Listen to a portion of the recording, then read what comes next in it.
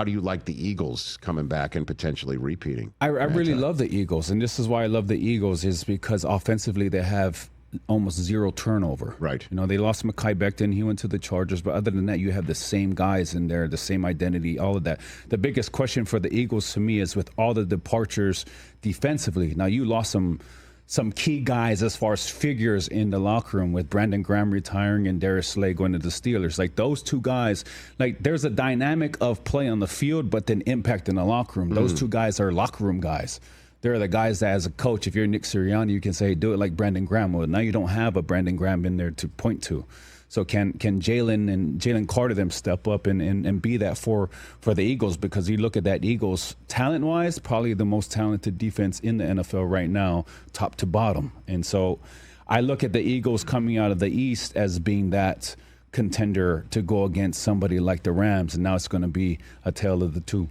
They lost their OC again, too. You know, when I was interviewing Jalen Hurts before the Super Bowl last year for Game Day Morning and talked to him about all the different offensive coordinators he's had from college, I mean, literally from college, where, you know, Daboll was there in Alabama, then he wasn't. Then he goes to Oklahoma. Then he goes to the pros. And they constantly, you know, then there goes Doug Peterson, in comes Sirianni, there goes Shane Steichen.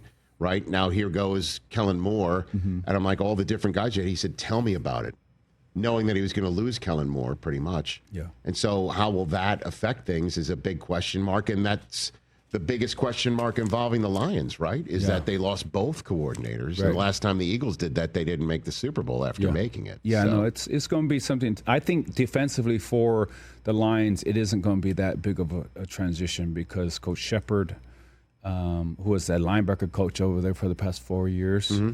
He knows the guys. He knows the personnel. He was under Aaron Glenn. So I think there's not going to be maybe a little difference as to how he calls the plays, but not what he calls. Okay. I think they run the same thing. Now, offensively, that's going to be the thing that I think we're going to miss a lot with Ben Johnson not being there. It's all those trick plays and those things to kind of take advantage of defenses in a very creative way, which Ben Johnson was so good at. But the identity of that team is Dan Campbell. You know, Dan Campbell, the rugged, hard-nosed Detroit style. You know, and I think that's something that's going to forever be there as long as Dan Campbell's there. Okay, so let's follow Kyle Brandt's direction. Keep it quiet until, you know, Good Morning Football's prediction thanks, week. Rich, thanks. Right, but I think so.